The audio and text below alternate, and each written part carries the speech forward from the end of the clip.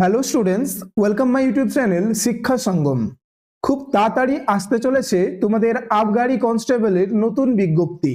তো এই আবগারি কনস্টেবলদের ঠিক কি কাজ করতে হয়, অর্থাৎ এদের ডিউটি কি রকম, যোগ্যতাই বা কি লাগে, কবে থেকে হতে চলেছে এর ফর্ম ফিল আপ এবং এর পুরো রিক্রুটমেন্ট প্রসেসটাই বা কি রকম, অর্থাৎ কিভাবে তোমরা আবগারি কনস্টেবল হতে পারবে, এই সমস্ত কিছু তথ্য বিস্তারিতভাবে আলোচনা করব এই ভিডিওতে।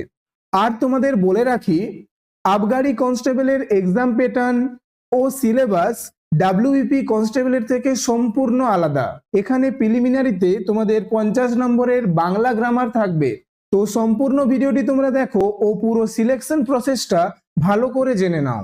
তো আজকে আমরা আবগারি কনস্টেবল সম্পর্কে যেসব তথ্যগুলো জানবো সেগুলো হচ্ছে, দেখো আবগারি কনস্টেবলের নতুন বিজ্ঞপ্তি কবে আসতে চলেছে, এদের ঠিক কি কাজ করতে হয়, অর্থাৎ এদের ডিউটি কি, যোগ্যতা কি লাগে, পুরো নিয়োগ পদ্ধতি অর্থাৎ ফুল রিক্রুটমেন্ট প্রসেসটা আমি তোমাদের জানাবো, এবং এক্সাম প্যাটার্ন ও সিলেবাস কি রকম থাকে সেটাও আমি তোমাদেরকে ডিটেলসে জানাবো।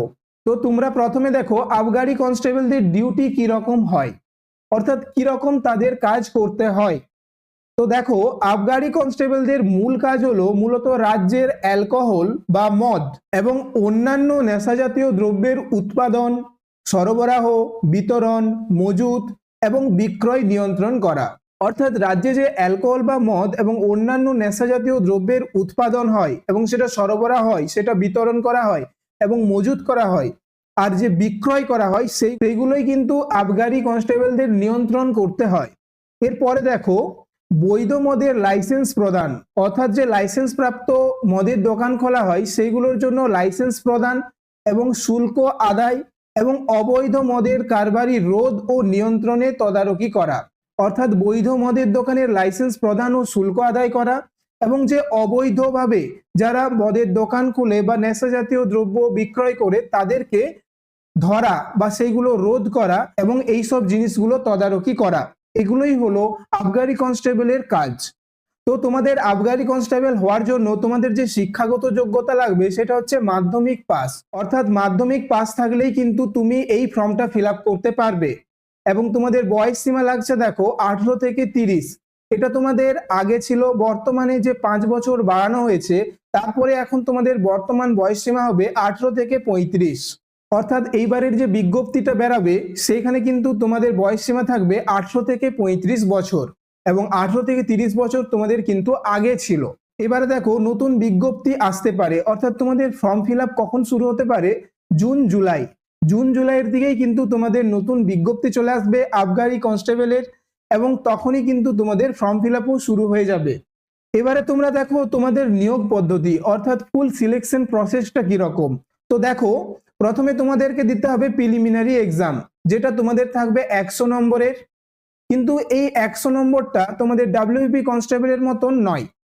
এখানে তোমাদের 50 নম্বরের থাকবে বাংলা এবং 50 নম্বরের থাকবে জেনারেল অ্যাওয়ারনেস। এবারে থাকবে পিইটি আর পিএমটি এবং এখানে কোয়ালিফাই করার পর তোমাদের হবে ফাইনাল এক্সাম। ফাইনাল এক্সামে তোমাদের কিন্তু 90 নম্বরের থাকবে। তোমাদের ডাব্লিউবি কনস্টেবলের ক্ষেত্রে কিন্তু এখানে 85 নম্বরের পরীক্ষাটা হয়ে থাকে, এখানে কিন্তু তোমাদের 90 নম্বরের এক্সাম হবে। এবং ফাইনাল এক্সামে কোয়ালিফাই করার পর তোমাদের হবে ইন্টারভিউতে কোয়ালিফাই করার পর তোমাদের হবে ডকুমেন্টস ভেরিফিকেশন এবং ডকুমেন্টস ভেরিফিকেশনের পর তোমাদের হবে মেডিকেল টেস্ট এবং মেডিকেল টেস্টের পাস করার পরেই কিন্তু তোমরা এই জবটা পাবে। তো এখন তোমরা এক্সাম প্যাটার্নটা দেখে নাও। তোমাদের প্রথমে হবে প্রিলিমিনারি এক্সামিনেশনে টোটাল নাম্বার থাকবে কিন্তু 100 এবং টোটাল টাইম থাকবে কিন্তু 60 মিনিট, অর্থাৎ 1 ঘন্টা। 1 ঘন্টার মধ্যে তোমাকে কিন্তু 100 নম্বরের অ্যান্সার দিতে হবে। এর মধ্যে থাকবে টেস্ট অফ ল্যাঙ্গুয়েজ হচ্ছে বেঙ্গলি বা নেপালি, অর্থাৎ তুমি যদি বাংলা ভাষায় দিতে চাও তাহলে বাংলা এবং তুমি যদি নেপালি ভাষায় পরীক্ষা দাও তাহলে হচ্ছে নেপালি। তো এই যে কোনো একটা ল্যাঙ্গুয়েজ থাকবে, সেটাই কিন্তু 50 নম্বর থাকবে। এখানে কিন্তু তোমাদের গ্রামার থাকবে।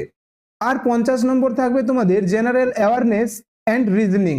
জেনারেল অ্যাওয়ারনেস এবং রিজনিং থেকে কিন্তু আর 50 নম্বর থাকবে, অর্থাৎ টোটাল তোমাদের কিন্তু 100 নম্বরের পরীক্ষা হবে। এই প্রিলিমিনারি এক্সামে কোয়ালিফাই করলে তোমাদের হবে মাঠ, অর্থাৎ পিএমটি আর পিইটি। তো পিএমটিএ দেখো মেল ক্যান্ডিডেটদের জন্য লাগবে 167 সেমি হাইট লাগবে এবং চেস্ট লাগবে 78 সেমি এবং এই চেস্ট 5 সেমি ফুলিয়ে তোমাকে কিন্তু 83 সেমি হতে হবে। অর্থাৎ তোমার 78 সেমি চেস্ট লাগবে এবং ফুলিয়ে লাগবে 83 সেমি। ফিমেলদের দেখো 160 সেমি হাইট লাগবে। এসসি এসটিদের ক্ষেত্রে হাইটে বিশেষ ছাড় রয়েছে। এবারে দেখো পিইটি টেস্ট। পিইটি টেস্ট হচ্ছে মেল ক্যান্ডিডেটদের রান থাকবে 1600 মিটার 6.5 মিনিটের মধ্যে এবং ফিমেল ক্যান্ডিডেটদের রান থাকবে 400 মিটার 2 মিনিটের মধ্যে। তাহলে তোমরা এই পিএমটি ও পিইটিতে কোয়ালিফাই করলে তোমাদের নেক্সট হবে মেন এক্সামিনেশন বা ফাইনাল এক্সামিনেশন। তো ফাইনাল এক্সামে দেখো তোমাদের ফুল মার্কস থাকবে 90 নাম্বারের এবং সময় কিন্তু থাকবে 1.5 ঘন্টা বা 90 মিনিট। তোমাদের দেখো এখানে সাবজেক্ট থাকবে জিএ মানে জেনারেল অ্যাওয়ারনেস এবং জেনারেল নলেজ থেকে থাকবে 30 নাম্বার, ইংলিশ থেকে থাকবে 30 নাম্বার, ম্যাথ থেকে থাকবে 20 নাম্বার এবং রিজনিং থেকে থাকবে 10 নাম্বার। অর্থাৎ টোটাল কিন্তু তোমাদের হবে 90 নাম্বারের পরীক্ষা 1.5 ঘন্টায়। এবং তোমাদের এরপরে হবে ইন্টারভিউ, সেখানে টোটাল নাম্বার থাকবে 10। এই টোটাল 100 নাম্বারের মধ্যে কিন্তু তোমাদের মেরিট হবে এবং এই মেরিটে যদি তোমার নাম থাকে তাহলে কিন্তু তুমি চাকরিটা পেয়ে যাবে। তো এরপরে কিন্তু তোমাদের ডকুমেন্টস ভেরিফিকেশন হবে এবং মেডিকেল হবে, তারপরেই কিন্তু তুমি এই জবটা পাবে। তো এই আবগারি কনস্টেবল সম্পর্কে সম্পূর্ণ তথ্য আমি তোমাদের জানিয়ে দিলাম।